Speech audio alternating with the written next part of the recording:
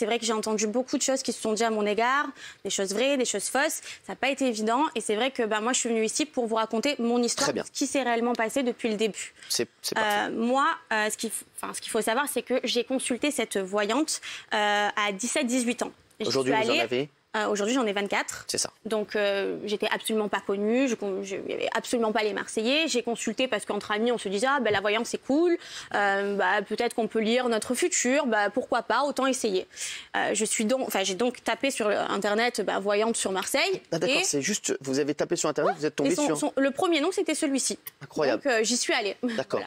J'y suis allée, j'ai fait une consultation classique où, tout simplement, je sais même plus si ce qu'elle me disait, c'était vrai ou faux, mais je trouve ça assez rigolo. Donc vous aviez 17-18 ans, J'avais 17-18 ans. Avec vous n'étiez pas connue à l'époque? Non, pas du tout. J'étais dans la coiffure.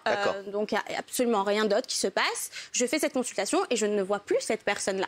Je ne la vois plus. Ah oui. Je continue ma vie, je continue mon métier de coiffeuse. Et à un moment donné, donc, vient ce casting des Marseillais. Donc, elle n'a absolument rien. J'ai entendu beaucoup de gens qui m'ont dit « Mais non, elle a usé de ça pour passer à la télé. » Non, absolument pas. Cette dame m'a recontactée à la suite de ma diffusion à la télé. Quoi, elle vous s'est rappelé Elle m'a rappelé, puisqu'elle avait mon numéro, en fait. Mais elle s'est dit, c'est la jeune fille que j'avais vue. Elle s'est rappelée de moi, de qui j'étais, et surtout, elle avait mon numéro de téléphone.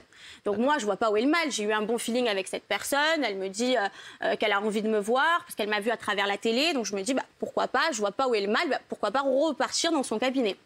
À ce moment-là, elle m'explique qu'elle est contente de m'avoir vue. Elle essaye un petit peu de savoir ce qui s'est passé. Elle avait vraiment une relation un peu amicale avec moi, où elle me disait, c'est bien, mais maintenant, qu'est-ce que tu veux dans ta vie? Je disais, comme tout le monde, moi, je souhaite réussir, je souhaite repartir dans les aventures, je souhaite trouver un chéri qui soit gentil, qui soit fidèle. J'espère avoir des beaux enfants. J'espère bien gagner ma vie comme tout le monde.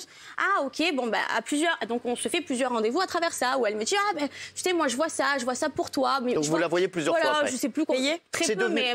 C'était devenu, en fait, Carla, une voyante et une confidente. Voilà, une petite confidente d'une amie que. Rémunérée? D'accord. S'il vous plaît, oui.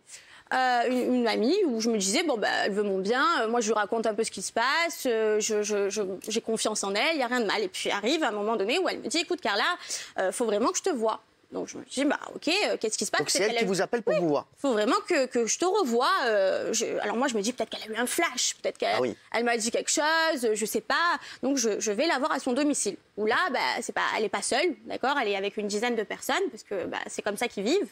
Donc une dizaine de personnes, je me dis, qu'est-ce qui se passe? Je comprends pas. Elle me dit, tu sais, moi tu m'as parlé que tu avais envie de réussir ta vie, tu m'as parlé que tu avais envie de gagner de l'argent. Je dis oui. Et elle me dit, mais tu sais, moi je peux réaliser tout ça. Je dis, ah bon, mais comment? Oui, je peux réaliser tout ça, mais pour ça, il va falloir que tu me formules des choses que je vais te dicter. Je dis, mais je comprends pas. Mais oui, c'est pour que j'arrive à voir si réellement je vais t'apporter des ondes positives. Donc la chance va t'arriver, parce que tu sais, moi j'ai des dons. Bon, ok, d'accord. Donc là, à ce moment-là, elle me dit, tu sais, il va falloir que tu formules certaines choses. Moi, le problème, c'est que j'ai une pression, parce que je me retrouve avec 10 personnes autour de moi, que je ne connais pas, des hommes, des femmes. Je me dis, mais qu'est-ce qui se passe derrière tout ça? Moi, j'ai qu'une envie, c'est de vite partir. Le problème, c'est que tant que je formulais pas ce genre de choses, elle ne me laissait pas partir. Donc moi, je me dis, elle me demande de formuler des choses, mais qui vont pas avec ce que j'ai envie. Parce que je me dis, mais attends, moi, je veux juste être heureuse dans ma vie. Je comprends pas pourquoi tu veux me faire du mal à mon entourage. Oui, mais même ma maman, il va falloir que tu te détaches un peu de ta maman. Mais moi, je lui dis, oui, ok, je me détache, d'accord. Et à ce moment-là, je rentre chez moi. Quand je rentre chez moi, donc déjà, je sentais qu'il y avait quelque chose qui n'allait pas. Je rentre chez moi et à ce moment-là, elle me balance des vidéos. Des vidéos comme vous avez pu le voir. Et là, je me dis, mais qu'est-ce que c'est? Mais je comprends pas, moi, j'ai pas du tout demandé ça. C'est quoi ça? Mais des vidéos d'autres personnes ou des vidéos? Non, des vidéos un peu dans ce style-là qu'on a pu déjà découvrir. D'accord. Moi, je me dis, mais moi, j'ai pas demandé ça, je comprends pas. Ah, si, tu m'as demandé ça. Mais maintenant, il va falloir payer. Mais comment? Je t'ai pas demandé ça. Si, mais maintenant, rappelle-toi que quand tu m'as formulé ces demandes, moi, je t'ai enregistré.